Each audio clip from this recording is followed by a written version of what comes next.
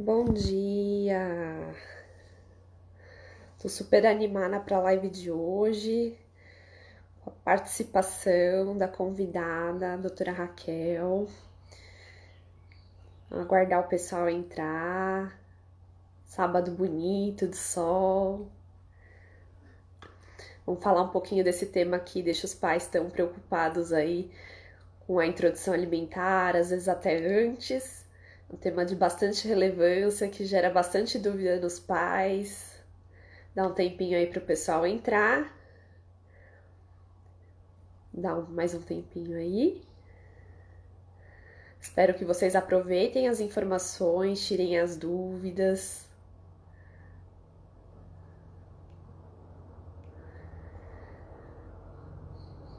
Bom dia.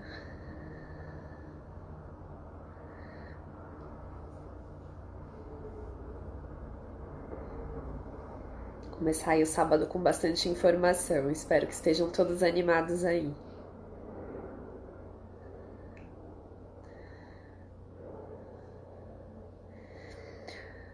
Vamos lá.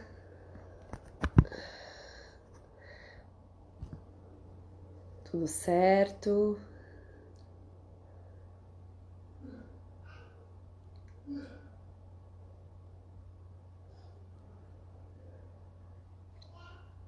Aguardando a entrada. Vou aguardar a Raquel entrar. Enquanto isso, eu vou me apresentando já. Vamos lá.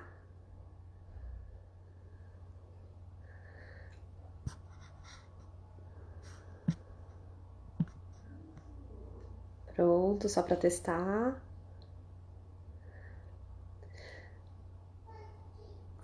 Aguardar um pouquinho. Tá chamando mais seguidores. Vamos lá.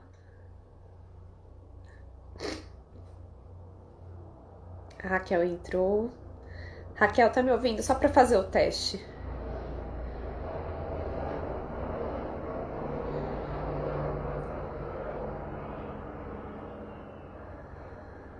Tá ouvindo? Oi, Olivia. Tá ouvindo bem.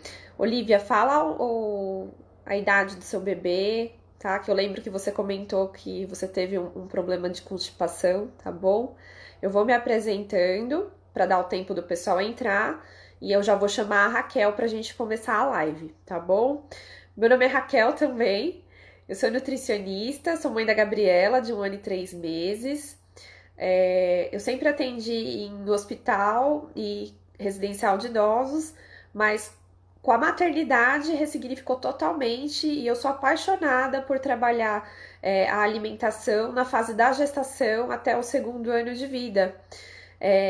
Para mim, eu acho que é o período mais importante é quando a gente forma o hábito e o comportamento alimentar. E eu acredito muito que as maiores heranças que a gente pode deixar para os nossos filhos são bons hábitos alimentares, um bom comportamento alimentar e um bom funcionamento do intestino também. Então, por isso que a gente está aqui hoje, tá? Eu vou chamar a Raquel aqui para a gente começar a live. Espero que vocês gostem e aproveitem para tirar as dúvidas, tá bom? Convidar aqui a Raquel. Ela vai se apresentar também. Aguardar.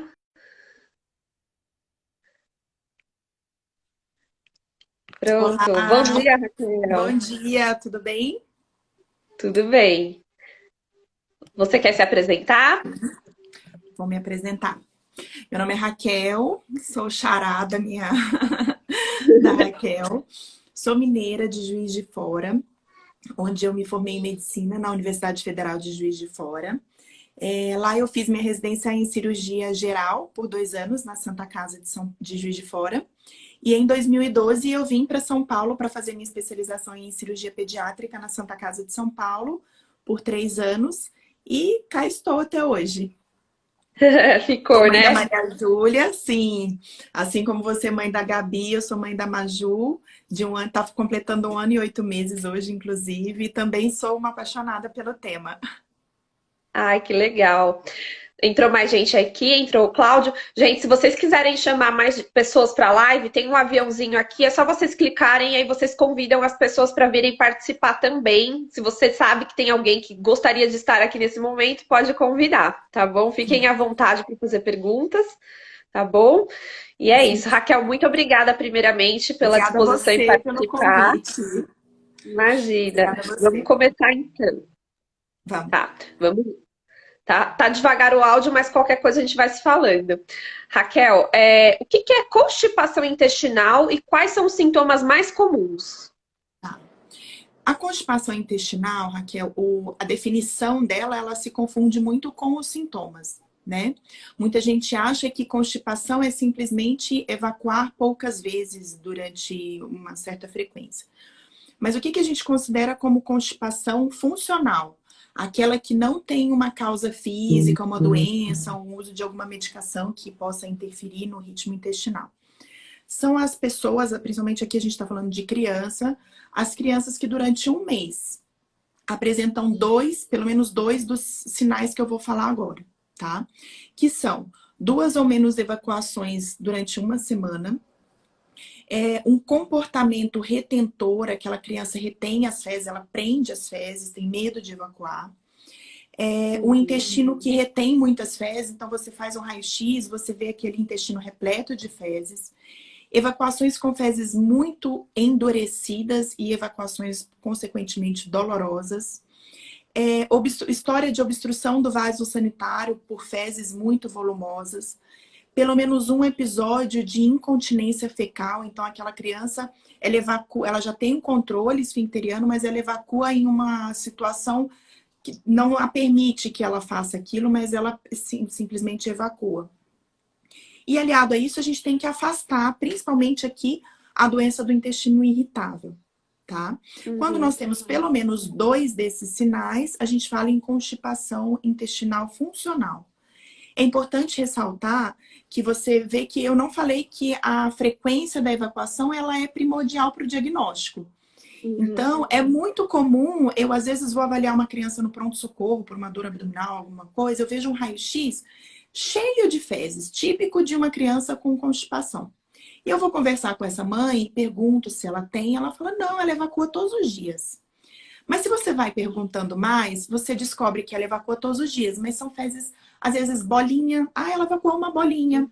Ou ela evacua fezes muito grandes. Aquela evacuação é um momento doloroso para aquela criança. Ela suja a cuequinha constantemente, uma criança maior. Então, você vai vendo que tem, apesar dela ter evacuações diárias, você tem outros sinais de que ela realmente tem a constipação intestinal. Pode estar associado a algumas crianças a dor abdominal, a náusea, mas principalmente nos casos mais avançados. E é um quadro que gera um constrangimento social muito grande, principalmente nos casos mais avançados, né? Tanto para a criança quanto para a família. É doloroso muitas vezes, porque a criança tem que ir várias vezes ao pronto-socorro para fazer lavagens nos casos mais avançados. Então, é muito importante que o diagnóstico seja feito o mais precocemente possível, para a gente também começar o tratamento o mais precocemente possível e ter um melhor resultado. É verdade. Até às vezes causa um constrangimento nas crianças que são maiores até também, né? Sim, Então, isso é bem difícil. A sim, gente sempre tem que pensar que se a mãe e o pai acham que tem algum problema, tem que investigar, porque às vezes não vai resolver só com alimentação ou só com água, né? E, exatamente. e Raquel, me conta uma coisa: existem motivos diferentes para as crianças e bebês ficarem constipados? São os mesmos dos adultos? Tem alguma diferença? É um pouquinho diferente. A fisiologia é a mesma, mas tem algumas pequenas diferenças. Eu separei uma imagem aqui, que é para poder Uhum. ajudar um pouquinho mais no entendimento dessa parte. Legal. Aqui a gente tem o intestino grosso, não sei se vocês conseguem ver. Tá dando Dá para ver para ver bem? sim. Tranquilo. O intestino grosso, ele é dividido em várias partes. E aqui no final nós temos aqui o reto, Uhum. tá? E depois do reto nós temos o ânus e ainda para evacuação nós temos todo o assoalho pélvico com sua inervação e sua musculatura complexa que ajuda nesse movimento da defecação. O reto, ele é uma parte do intestino que funciona como um reservatório. Quando chegam as fezes ao reto, que é o final do intestino, ele distende e aciona essa musculatura e essa inervação ali dessa região. E nós adultos, as crianças que já têm controle esfincteriano, recebemos uma mensagem: opa, Tá na hora de evacuar. Uhum. É aquela vontade de evacuar.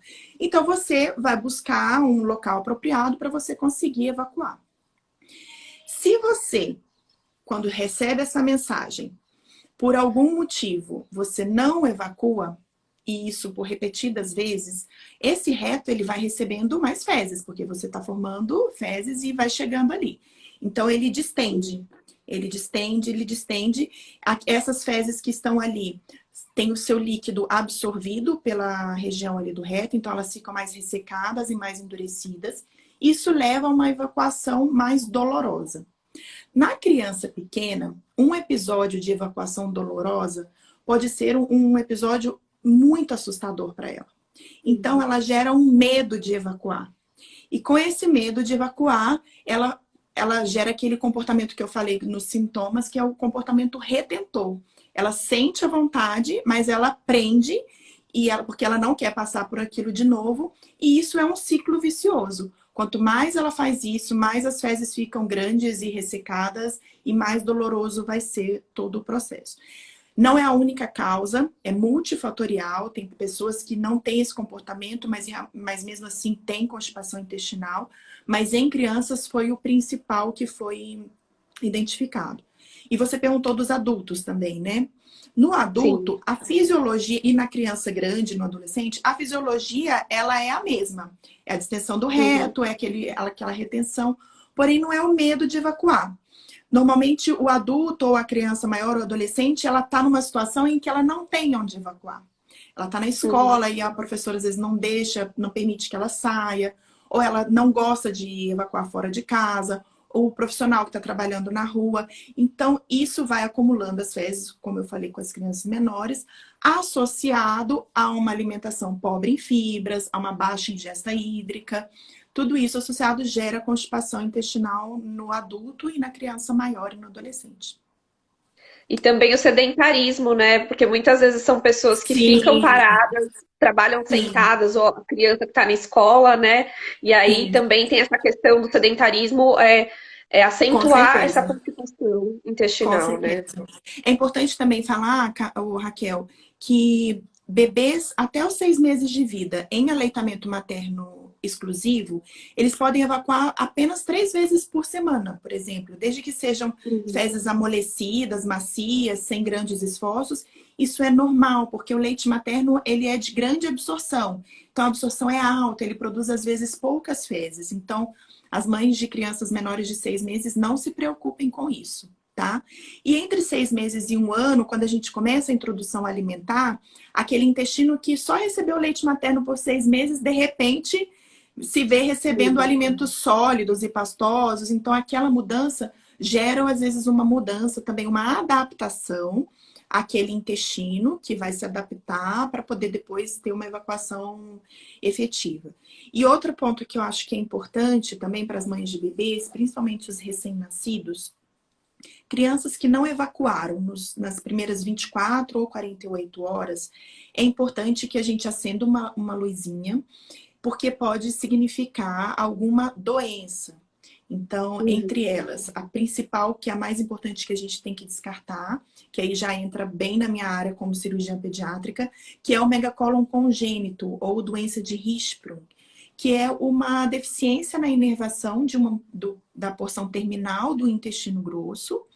Esse intestino não vai funcionar de forma efetiva e por isso a criança não evacua.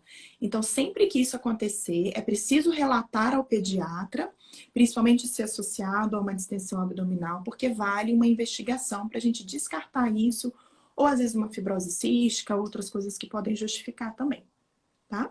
Tá. O megacólon, ele tem uma incidência maior em bebês prematuros ou não tem Não, relação? não tem relação. Tá. Vamos passar para a próxima pergunta. Então, assim, a gente sabe que a alimentação ajuda muito quando ela é rica em fibra, rica em água, mas alguns sinais, a gente tem que ligar o sinal de alerta, como você falou. Então, por exemplo, qual é o momento que os pais de bebês e crianças até uns 2 anos, um pouquinho maiores, têm que ficar atentos para já pedir ajuda? Raquel, a partir de um ano de vida, se a criança apresenta qualquer um daqueles sinais que eu falei do diagnóstico, é importante ser relatado para o pediatra. Então, se ela tem fezes Uhum. muito volumosas, dolorosas, se ela evacua menos de 2 vezes na semana, a incontinência nas crianças menores, obviamente, não vai estar relacionada. Mas é importante que já seja precocemente relatado ao pediatra, porque aí ele vai, né, investigar, ver se realmente se trata de uma constipação funcional ou se ela só é um processo adaptativo nas menores. Principalmente se era uma criança que evacuava normal e depois passou a apresentar um comportamento mais de constipação, porque quanto mais precoce for instituído o tratamento, melhor é a resposta a esse tratamento, tá? Menor é o tempo e melhor é a resposta que a gente tem a esse tratamento. Então, assim que tiver qualquer um desses sinais, é importante. E não falando de uma constipação crônica, mas uma criança que evacua normalmente. De repente, algum dia, você nota que tem 2, 3 dias que ela não evacua. A barriga distendeu muito, a criança está vomitando, está prostrada, eliminou sangue sem fezes. É importante que essa criança seja avaliada com urgência por um médico, porque é um quadro obstrutivo agudo. Então, ela deve ser avaliada, tá? Tá certo. E quais são os tratamentos para esses casos mais crônicos? O tratamento, antes eu vou falar um pouquinho a conversa, né? Quando a gente chega, uma criança chega com essa queixa, a gente tem que entender toda a história alimentar, a rotina dessa criança, a rotina familiar, para a gente poder instituir um tratamento adequado, tá? Ele vai ser dividido em duas partes. A primeira parte é a desempactação. A gente precisa esvaziar esse intestino que está repleto de fezes. Isso normalmente é feito com laxativos ou com enemas, que são as famosas lavagens intestinais. Atualmente, nós usamos o PEG, que é um laxativo, o mais novo do mercado, e ele é muito efetivo, seguro, ele é mais palatável para a criança, e ele tem os estudos comprovam que no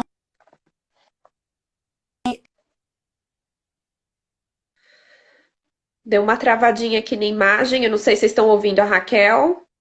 Só me deem um oi aí, só para eu saber se tá tudo bem, gente.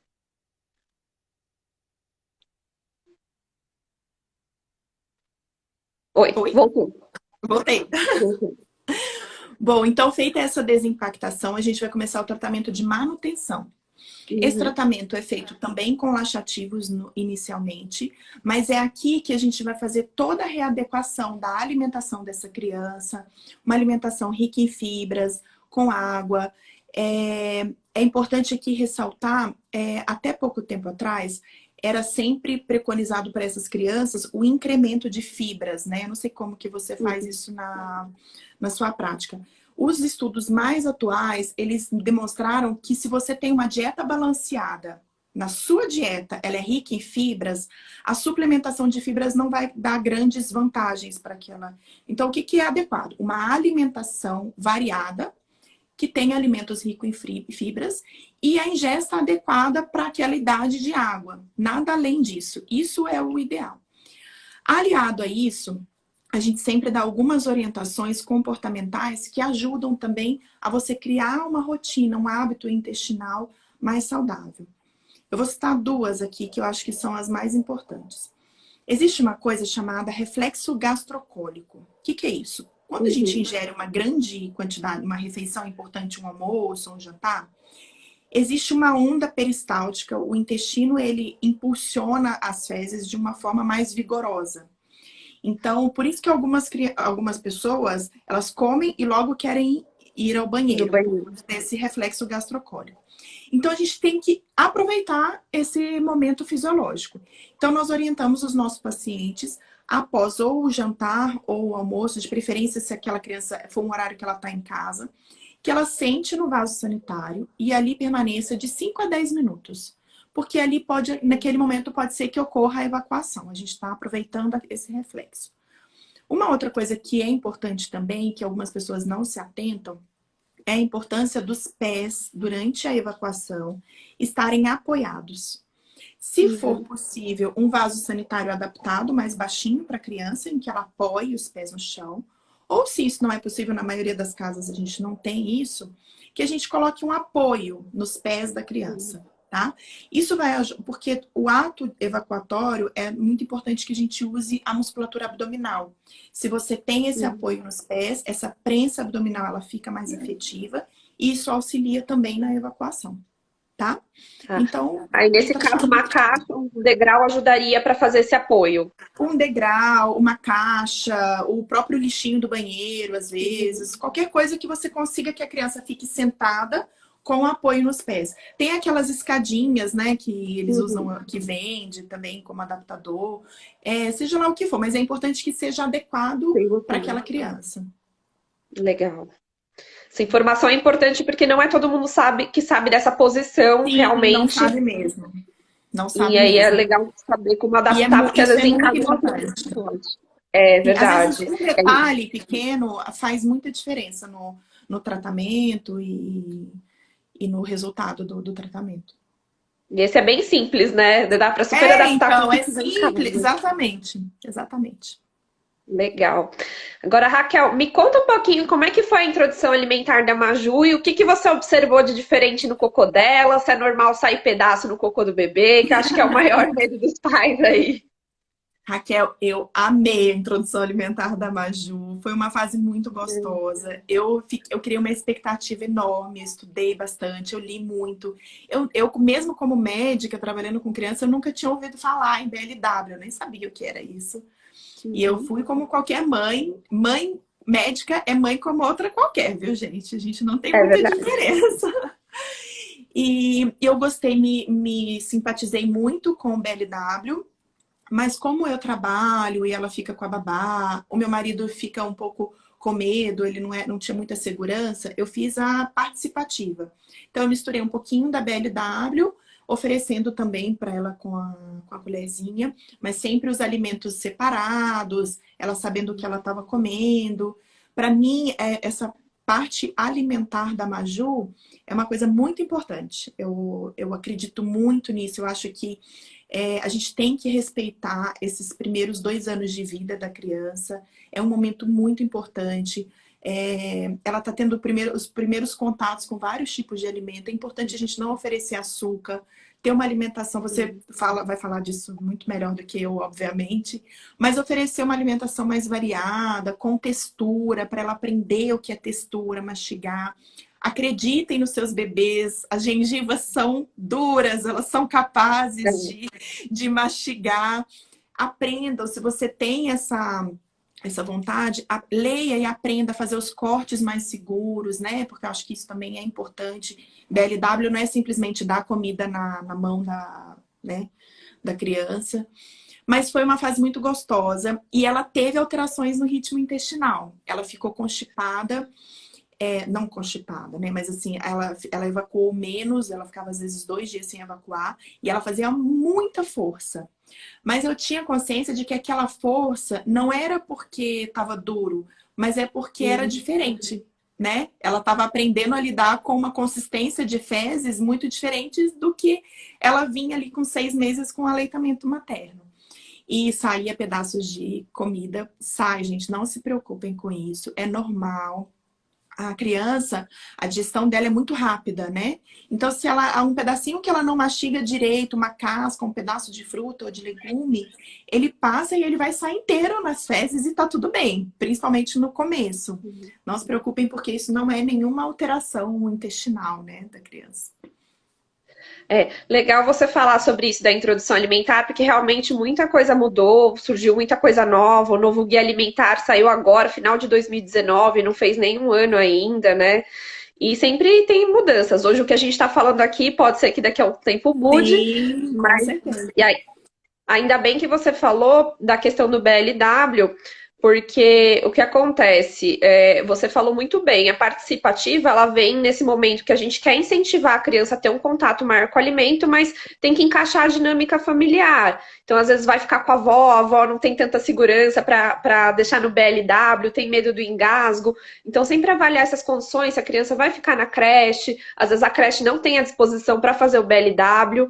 E como você falou, o BLW, além de não ser só o corte seguro, é como a introdução alimentar num todo, a família tem que acompanhar, tem que estar junto naquele momento, comer Sim. junto com a criança, né? Muito mais do que o corte. A Olivia fez uma pergunta aqui: quais os alimentos mais indicados para um bebê que já tem um problema intestinal? Olivia, hoje em dia tem alguns alimentos que assim, a gente tem aquela questão de alimento que solta, alimento que prende. Só que uma alimentação variada e equilibrada todos os dias, ela já promove isso sem você precisar se preocupar com algum alimento específico.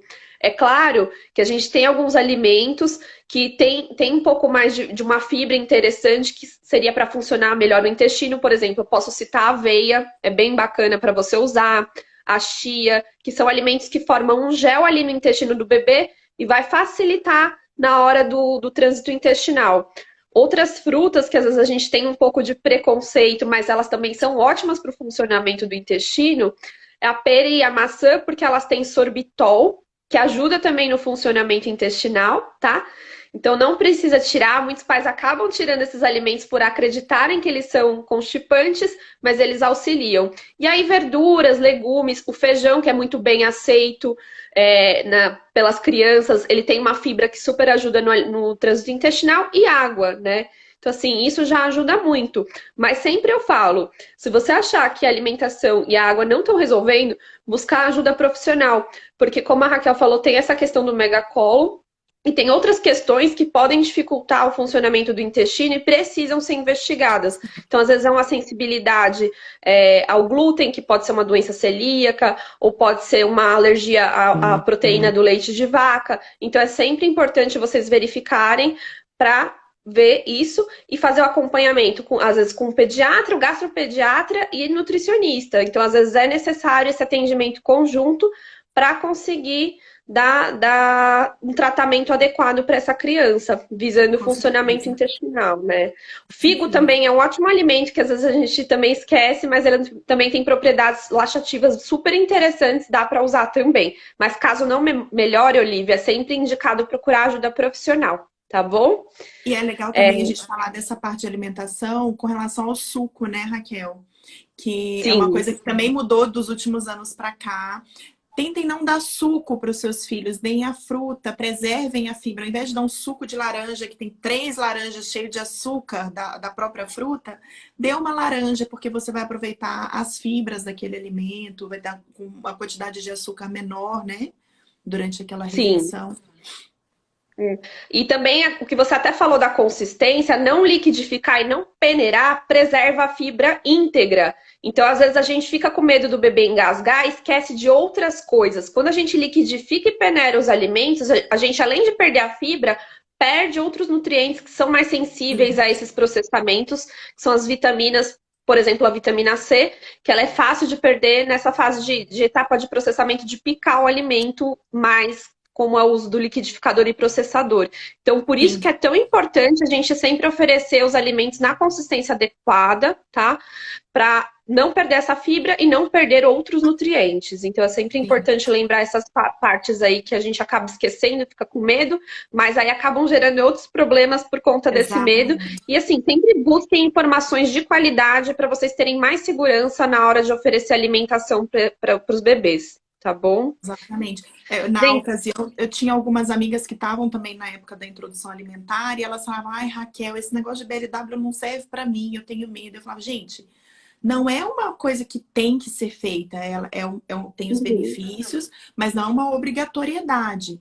Desde que verdade. você respeite o fato de não bater no liquidificador, não peneirar o alimento e tentar não misturar, não fazer aquela papinha com aquele monte de comida junto que a criança nem sabe o que está comendo, você Uhum. pode oferecer amassado na colherzinha, você mesmo, tá tudo bem, faça como você se sentir mais segura. Mas tente evitar aquilo que pode prejudicar o seu bebê, né? São esses casos que você acabou de citar. De bater muito, de bater no liquidificador, no processador, de peneirar e tal. É verdade. Gente, vocês estão gostando? De 0 a 10 aí, quanto esse tema tá legal para vocês? Contem aí pra gente nos comentários, façam as perguntas, tá? A gente tá conversando aqui, mas a gente vai lendo e a gente vai respondendo, tá bom? Bem-vindos aí quem chegou. Chegou a Marcinha, chegou mais gente aqui, deixa eu dar uma olhadinha. A Ju, Rafael, Manda, Mariana, entrou bastante gente, o Cláudio que tá aí, 12, que legal. Doutora Poliana, bem-vinda. Então vamos seguir aqui, gente. Raquel, o cocô ele diz muitos, né? A gente às vezes não observa assim no dia a dia, a gente perde esse hábito, olha muito do bebê, mas a gente perde esse hábito ao longo do tempo. Mas ele diz quando o nosso corpo não tá legal, não tá funcionando bem. Então, como é que é a cor normal do cocô do bebê? Quais aspectos a gente tem que observar desde o nascimento? Se é a cor, odor, presença de muco, presença de sangue, até que ponto é normal e o que que a gente tem que observar? Tá. Bom, com relação às alterações das fezes do bebê, quando o bebê nasce, ele elimina nas primeiras 24, 48 horas o mecônio, é a primeira evacuação dele. Normalmente, normalmente não, o ideal é uma evacuação escurecida, verde bem escuro, quase preto, um verde musgo, bem escuro e pegajoso. Os primeiros 2, 3 dias da criança, ela vai evacuar isso. A partir do momento que ela começa a receber o leite materno, essas fezes vão ficando mais claras e com mais consistência pastosa. Então fica um marronzinho mais claro até próximo de 6 meses. Lembrando que se essa criança, por exemplo, recebe suplementação de ferro, o famoso cólico calme, porque essas crianças têm, né, as crianças que têm muita cólica, pode vir com uma coloração mais escura, exatamente por conta daquela suplementação. A partir do momento que a criança começa a receber alimento, a partir dos 6 meses da introdução alimentar, essas fezes tendem a ter uma coloração e uma consistência e um odor mais parecido com o de um adulto. Para quem já foi mãe, é nítida o odor das fezes antes e depois da introdução alimentar, é algo impressionante, né? Então, muda completamente. E o que a gente tem que sempre chamar a atenção? Primeiro é o que eu já tinha falado, a não eliminação das fezes nas primeiras 24 e 48 horas de vida. Essa informação é de suma importância, tá? Para a gente investigar algumas patologias, o megacolon congênito, a fibrose cística. A eliminação de fezes esbranquiçadas, por mais de uma evacuação, associada a uma coloração do xixi, da urina mais escura, os olhos amarelos ou a pele amarelada, como uma icterícia, é muito importante que seja observada e seja levada ao médico, porque pode tratar-se de alguma malformação no fígado, nas vias biliares, tá? Devido à não excreção de bile, essa criança está levando a uma acolia fecal, que é quando as fezes não têm cor. A presença de muco e sangue sem as fezes, como eu falei anteriormente também, a criança não está evacuando, mas está saindo muco com sangue vivo. É uma urgência médica, nem sempre, pode ser uma alergia, mas se for uma criança entre 2 anos, com dor abdominal, distensão, é importante que o médico veja. Uma criança que evacua, principalmente a menores de 1 ano, pode estar em aleitamento materno exclusivo ou não. Que elimina sangue nas fezes, raias de sangue misturada nas fezes. Pode ser uma alergia alimentar. Isso também deve ser reportado ao médico, tá? Acho que é isso, não me recordo de nenhuma outra. Ou crianças maiores, em que isso também vale para os adultos. Ela não comeu nada que justifique um feijão preto, uma feijoada, mas as fezes estão muito pretas. Mais de uma evacuação. Isso pode significar sangramento intestinal mais alto, esse sangue está digerido, então também é importante reportar ao médico. Tá? Tá, bacana. E sempre também para as mães que estão aí no comecinho, lembrarem que o bebê comeu, porque às vezes vai uma beterraba ali, uma pitaia não é vermelha, sangue. aí acha que é sangue, não é sangue, gente, é a comida. Lembrem o que o bebê comeu no dia, para não tomar aquele susto e não correr para o médico, tá? Isso. É isso. E assim, deixa eu ver aqui o que mais que temos aqui de temas. Raquel, assim, muitos pais também têm dúvida com relação à diarreia, né? Que às vezes acha que a diarreia fez uma evacuação mais pastosa, tá com diarreia. Não, tem um critério pra gente estabelecer aí quando procurar um médico. Qual que é esse critério? Quantas vezes que a gente tem que ficar alerta? Porque para bebê é um pouquinho diferente de adulto, né? Quanto a gente tem que ficar alerta para diarreia?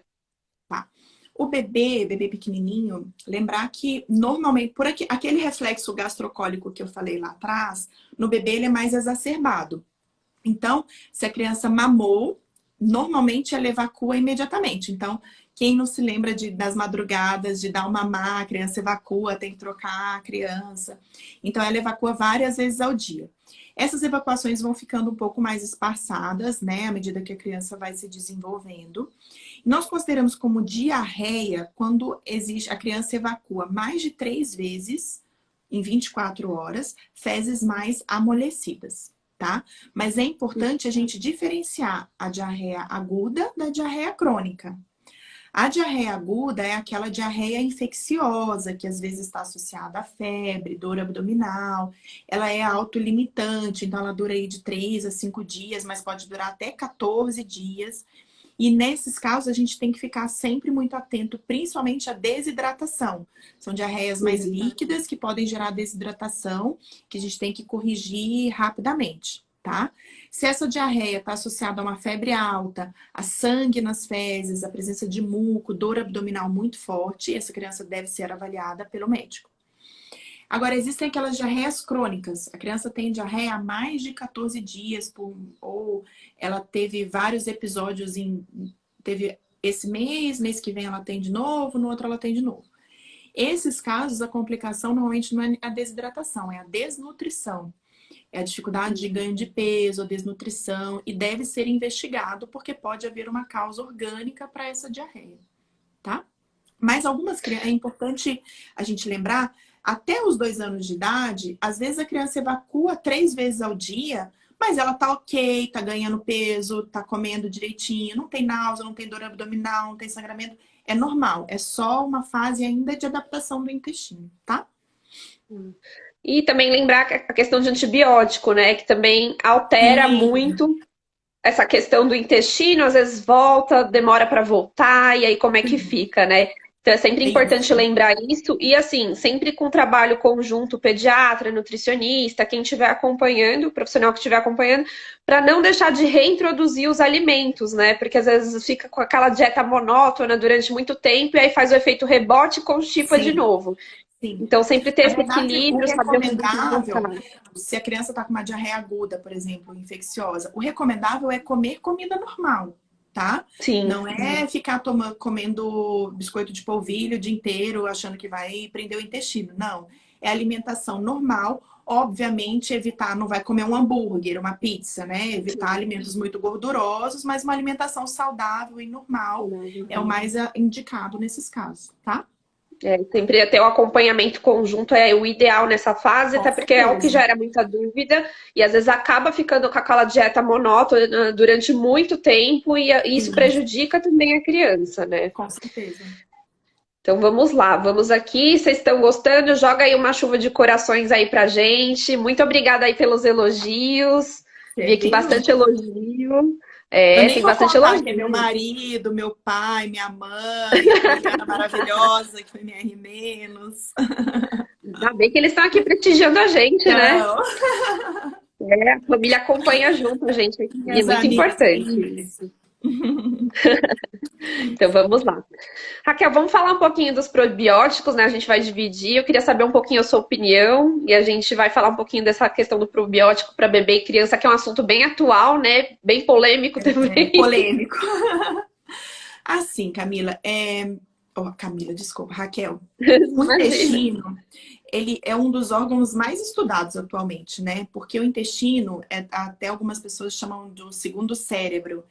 Ele até alguns anos, algumas décadas atrás, a gente tinha a impressão de que o intestino ele era simplesmente um órgão para absorver nutrientes, formar ali as fezes, que foi o que não é aproveitado para o nosso organismo, e eliminar essas fezes.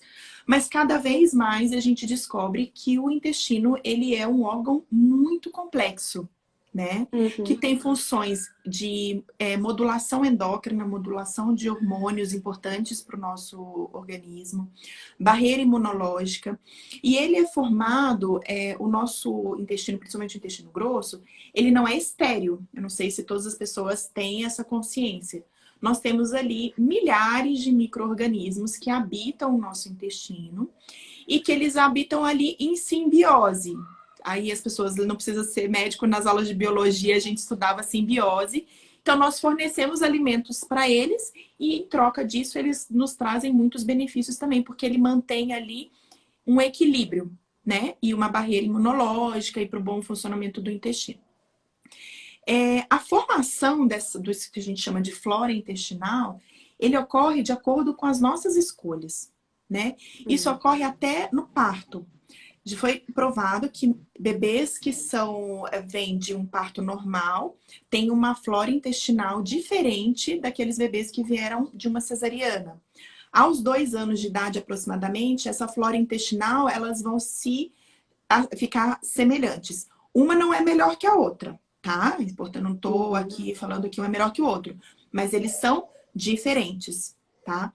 A criança que recebeu o aleitamento materno exclusivo tem uma flora intestinal também diferente. Nesse caso, os benefícios são enormes para a constituição dessa flora intestinal. E até os 2 anos de idade, a gente tem a formação da flora que vai provavelmente acompanhar aquele indivíduo durante toda a vida dele, desde que ele não modifique bruscamente os seus hábitos alimentares. Eu, particularmente, acredito que não há necessidade, em condições normais de temperatura e pressão, de você associar o uso de probióticos, tá? Eu acho que uma alimentação adequada e balanceada, você tomar cuidado com esses detalhes, tentar alimentar o seu filho desde que isso seja possível, não seja sofrido para você, tentar oferecer alimentos de qualidade, variados, desde o início da introdução alimentar, tentar não oferecer açúcar, ou se for oferecer, não oferecer em excesso para essa criança, principalmente até os 2 anos de idade. É lógico que aqui eu não sou muito a favor de condutas muito radicais, tá?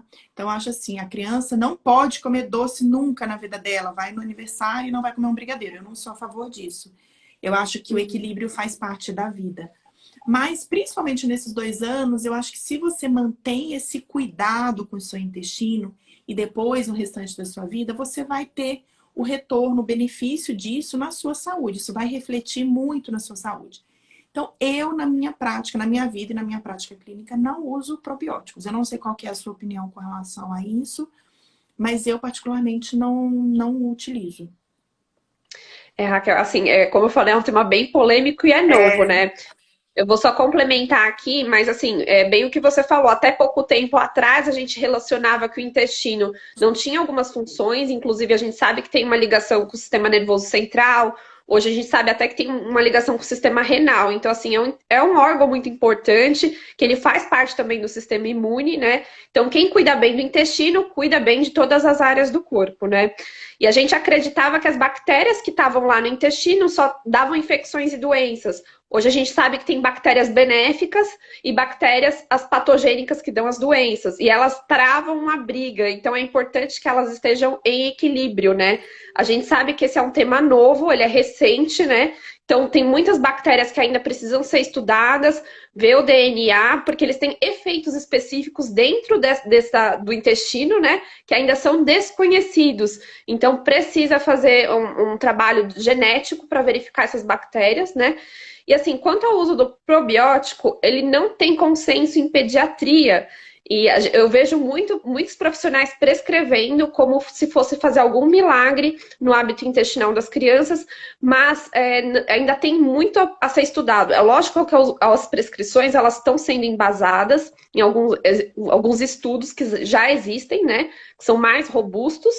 Mas essa prescrição ela não deve ser feita para todo mundo e ela não pode ser igual para todo mundo. Então ela é muito individualizada. Então assim, como é que a gente faz essa avaliação? Seria mais interessante em alguns casos. A gente sabe que para bebê em aleitamento não é necessário porque a mãe passa o pró e o prebiótico, então não tem a necessidade. O que é o probiótico? Seriam os micro-organismos benéficos, as bactérias benéficas, e o prebiótico seria a fibra. O leite materno tem os dois. Então, assim, quem está amamentando já tem esse ponto positivo, não precisaria, tá? E em casos que a gente vai associar, às vezes, com o uso de antibiótico prolongado, para evitar uma infecção urinária. Mas, assim, fora isso, não tem necessidade. A gente precisa lembrar, que nem você falou, que a formação desse intestino, dessas bactérias benéficas, né? Ela passa pela alimentação da mãe na gestação, que a gente consegue controlar. O parto nem sempre a gente vai conseguir controlar, né? E levar essa criança para o colo da mãe para amamentar na primeira hora de vida também promove essa colonização quando é parto cesárea. E o parto normal também ajuda, né? Evitar esse excesso de limpeza, né? Existe uma teoria da higiene que está muito associada de ficar limpando demais essa criança, está associada com alergias e a não colonização desse intestino de forma adequada. Então, excesso de limpeza faz mal porque a criança precisa dessas bactérias para fazer uma colonização do intestino, né? E aí o que que a gente tem? O leite materno, né, exclusivo até aos 6 meses de idade, e a OMS recomenda para 2 anos ou mais, quando possível. Então, você prolongar esse aleitamento materno significa que você está dando mais probiótico para essa criança e ajuda nesses momentos que está com diarreia, que está constipado, já ajuda bastante você intensificar o aleitamento materno e fazer uma introdução alimentar adequada. O que seria adequada? Fornecer todos os grupos alimentares. Muita gente acaba não colocando verdura na introdução alimentar porque acha que é difícil para o bebê, mas você já introduzir isso desde o 6º mês é muito benéfico. E o que a Raquel falou também da questão do açúcar, mas não só do açúcar, alimentos ultraprocessados em geral alteram muito essas bactérias por conta dos aditivos alimentares. Existem já estudos comprovando que o excesso de ultraprocessados altera demais, aumenta o número de bactérias patogênicas, que são as bactérias ruins, né? E estão ligadas, inclusive, com algumas doenças, alergias alimentares e outras doenças, por exemplo, o autismo. Então, é bem importante que a gente não tenha esse consumo da gestação, durante o aleitamento e depois para essa criança. Então, é bem importante que a gente foque nesses fatores que a gente pode controlar, que acabam sendo mais a alimentação em si. Então, você tendo uma alimentação variada, adequada e equilibrada todos os dias, já fornece tudo que o bebê precisa e aí não precisa do probiótico, né, em si para fazer esse tratamento, até porque ele é caro. Sim. Então, vamos combinar. Se a gente consegue controlar tudo isso, não precisa do De forma probiótico. natural, né, Raquel? Que é o melhor. Você Exatamente, me que é o mais fez, adequado. você me fez com a sua fala me lembrar de duas coisas que eu acho que são importantes a gente falar sobre o tema. O primeiro é o uso inadvertido de três coisas, na verdade, desculpa. De antibióticos. Quando você usa antibióticos em demasia, sem necessidade, sem indicação clínica, você está alterando mais vezes do que o necessário essa flora que a própria Raquel acabou de citar, que é composta por bactéria. O antibiótico mata bactérias. No nosso intestino, nós temos bactéria. O antibiótico, ele não vai escolher lá qual bactéria, onde que essa bactéria tá, se ela tá só no pulmão ou só no xixi, por exemplo. Então, quando a gente faz uso de antibióticos, essa flora, ela é afetada. Se você usa quando tem indicação, ela é afetada por aquele período e depois ela se restabelece. Mas se você usa sempre e sem indicação, você está alterando de forma inadvertida a sua flora intestinal e você vai sofrer as consequências disso depois, tá? E uma outra coisa que você me falou e que me veio na cabeça que não tem a ver com os probióticos em si, é a relação de constipação intestinal crônica com alterações do trato urinário. É importante isso, é muito frequente. Crianças que têm constipação intestinal crônica têm infecções urinárias de repetição, porque é muito próximo. O intestino, o reto muito distendido, com fezes muito volumosas, ele está muito próximo ali do trato urinário, principalmente da bexiga, e pode haver uma contiguidade, uma infecção urinária de repetição, tá? E falando de uso de medicação sem indicação médica, não usem laxativos sem orientação e prescrição médica, tá? Eu falei lá no tratamento que a gente trata com o uso de laxativos. Atualmente a gente usa muito PEG, mas ele não deve ser usado na dosagem incorreta, de forma incorreta, por um tempo muito prolongado, sem acompanhamento médico. Isso pode trazer alterações indesejadas para a criança. E tem alguns outros laxativos que também são efetivos, mas que também têm efeitos colaterais. O óleo mineral é muito utilizado, é muito comum, mas atenção, ele não pode ser usado em menores de 6 meses. porque a criança pode, desculpa, menores de 2 anos, a criança pode broncoaspirar, é um óleo, e levar até uma pneumonia. A lactulose, que também é muito, a lactulona, que também é muito utilizada. Cuidado se a função renal do seu filho não estiver adequada. Então, não, às vezes, o laxante parece ser uma medicação simples, é muito acessível, mas não use sem orientação, tá? Porque ao invés de você estar ajudando o seu filho, você pode estar prejudicando a saúde dele. Muito importante essa informação, Raquel, que a gente tem mania aqui no Brasil de fazer isso, tomar medicação por conta Automedicação. própria. A gente tem a farmácia em casa, né? E não pode, gente. Isso Não é pode muito fazer. importante, né? Às vezes o que funcionou para a vizinha não funciona para o seu filho. Então, assim, cuidado com Exatamente. essas indicações. Sigam sempre a orientação de profissional de saúde, tá? Isso é Uhum. muito importante. Entrou mais gente aí, Thaís, a Ana Paula. Gente, vocês têm alguma pergunta? A gente vai abrir para perguntas. Tem mais gente aí? Vamos lá. Vocês fiquem à vontade para perguntar, tá bom? Deixa eu ver se tem alguém mais perguntou aqui alguma coisa. Entrou Juliana. Aqui, a Ju. Quando o pediatra indica supositório para o bebê evacuar? É uma prática, pode não estar errado usar, tá? É uma situação de urgência. Não é uma coisa que deve ser usado com, né, com frequência. Mas se aquela criança, às vezes, ela tá com muitas fezes no reto, há muitos dias sem evacuar, é um artifício que a gente pode usar sim, não tá errado, tá? Mas não deve ser utilizado sem a orientação médica e nem sempre. Toda vez que ela fica sem evacuar, você vai lá e põe um supositório. Não, você não está tratando a causa da constipação Uhum. intestinal. Isso é o mais importante, tá? Mas se o médico, o pediatra indicou, não está errado. Vamos lá. Mais alguém? Pessoal, vou dar um tempinho porque às vezes demora para chegar o áudio, né? Entrou a Flavine também, Lidiane. Bacana. Vamos lá. Acho que das perguntas que eu tive foram essas. Se você quiser falar um Também. pouquinho mais do megacolon congênito, se você quiser falar, porque acho que a gente tem mais uns 7 minutinhos. Tá.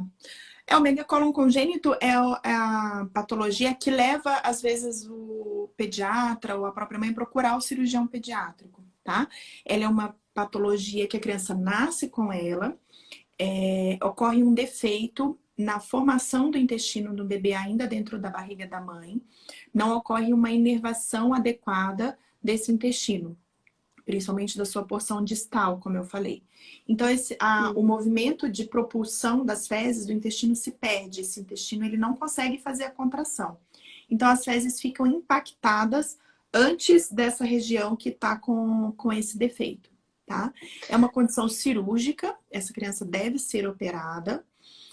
Existem várias técnicas cirúrgicas. Quando a gente pega um bebezinho ainda no começo da vida dele, uma criança pequena, às vezes a gente consegue fazer até, se o segmento não for muito longo, fazer um procedimento menos invasivo, que a criança nem fica com cicatriz, porque é via anal.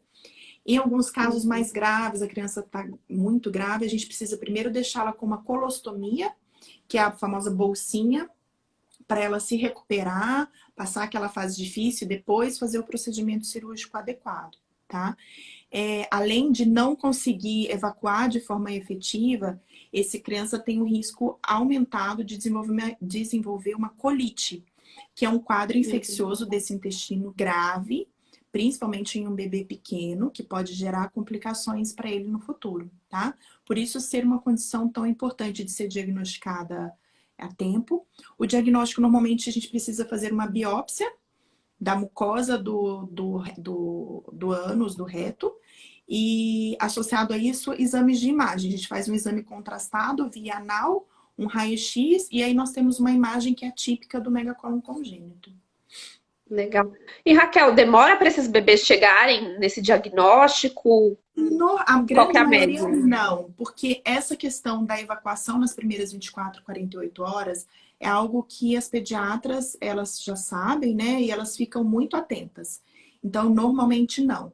Não é impossível, né? Infelizmente, no país em que a gente vive, não é uma coisa que é raro acontecer, mas já aconteceu, às vezes, uma criança já grande, com uma constipação gravíssima, já andando a criança, isso principalmente na época da residência na Santa Casa, eu vi alguns casos. E aí você vai ver uma criança de 3, 4 anos que tem megacólon congênito e não foi diagnosticado. Ou foi diagnosticado, mas a mãe às vezes perdeu o acompanhamento, achou que não era tão importante, não entendeu a importância do tratamento e seguiu a vida, e só depois já de uma complicação, uma colite, é que ela foi procurar ajuda médica. É importante você falar isso, porque às vezes realmente demora o diagnóstico para vir, né? Então, por isso que é sempre importante alterou o intestino, ter essa comunicação desde o nascimento com o Sim, pediatra, né? é uma preocupação frequente das pediatras, tá, gente? Não, não achem que elas realmente estão sempre atentas a isso. Mas, infelizmente, às vezes acontece de não ser feito o diagnóstico no tempo correto. É legal você falar sobre isso. Gente, assim, tem mais 3 minutinhos. Eu vou agradecendo aqui a participação da Raquel, a disposição do tempo dela, as informações que ela compartilhou. Espero que vocês tenham gostado da live. Agradecer a participação de vocês. Vai ficar salvo no IGTV. Então, se vocês quiserem marcar alguém depois, colocar dúvidas lá, podem colocar. Vai ficar salvo. Vocês assistem, marcam, compartilham com quem vocês quiserem que precisem dessas informações, tá bom? Isso. Sigam a doutora Raquel no arroba doutora Raquel Lamas, tá? Eu vou deixar aqui embaixo depois. Fiquem à vontade para conhecer o trabalho dela, é muito bacana. Ela tem vários posts interessantes sobre cirurgia pediátrica, ela sempre coloca nos stories para tirar dúvidas. Então, se vocês não conhecem o perfil dela, quiserem saber mais sobre cirurgia pediátrica, fiquem à vontade para conhecer, tá bom? E para quem quiser conhecer um pouquinho mais de alimentação infantil, introdução alimentar, que é seguidor da Raquel, tá aqui, pode ficar à vontade também para vir conhecer o meu perfil, tá bom? É bem bacana, tem muita dica sobre introdução alimentar e familiar também, né? Então eu queria Uhum. muito agradecer e deixar aqui, ó, tem mais uma pergunta. Passo no pediatra há 4 meses. A médica não pediu exame algum e minha bebê tem essa dificuldade desde que nasceu, praticamente. Devo pedir? Desde o primeiro mês ela tem a dificuldade de evacuar. Olivia, assim, como já é uma coisa recorrente, acho que você pode conversar com ela, sim, sobre essa questão de verificar, fazer uma investigação melhor, né? Pedir alguns exames e qualquer coisa também verificar com o gastropediatra para ver a necessidade, se precisa investigar alguma coisa melhor, tá? É É, sempre mas importante você ter essa conversa, né? mas tudo tem alguns detalhes que tem que levar em consideração, né? Se ela evacuou nas primeiras 24, 48 horas, ótimo, já está um passo na frente. Se é uma criança de 4 meses que recebe aleitamento materno exclusivo, eu falei mais cedo, pode ser que ela não estivesse aqui nesse momento. É normal que a criança evacue até 3 vezes só por semana, não é algo que a gente preocupe. A criança com megacólon congênito, ela não tem essa evacuação nos primeiros 2 dias de vida e ela tem uma distensão abdominal importante. Quando evacua, são fezes explosivas que saem junto com muito gás acumulado. Então, se não é essa condição, se ela simplesmente está em aleitamento materno, evacua 3 vezes, 4 vezes por semana, realmente não precisa de exame complementar. Se não vislumbra tudo isso que eu falei, realmente precisa de investigação, tá? Pra conversar, né? Acho que é sempre importante, né? Acho que é isso, gente. A Raquel, gente vai quero te encerrando. agradecer também, te agradecer o convite. Fiquei muito feliz, muito lisonjeada. Adoro o seu perfil, as dicas de alimentação, dos pratinhos, as sugestões de pratos, né? Para sua Gabi. Eu sempre aprendo muito, aprendi muito com você. Muito Eu obrigada pelo também. espaço. Muito obrigada Eu que pelo espaço. agradeço, Raquel. Foi muito produtivo. Espero que assim a gente faça novas lives juntas. Eu Tomara. adorei. Tá Vamos. bom? Se precisar Tá também, a bom. gente faz essa parceria para a gente falar um pouquinho de introdução alimentar, falar da alimentação da Majur, né? Vamos sim. Então tá certo. Gente, muito obrigada a todos que participaram, tá? Fiquem aí com a gente no IGTV, para quem não assistiu tudo para assistir, tá bom? Até mais. Raquel, Isso. muito obrigada. Beijo, Bom final de obrigada. semana para Para vocês. Tchau, vocês também. tchau. Tchau.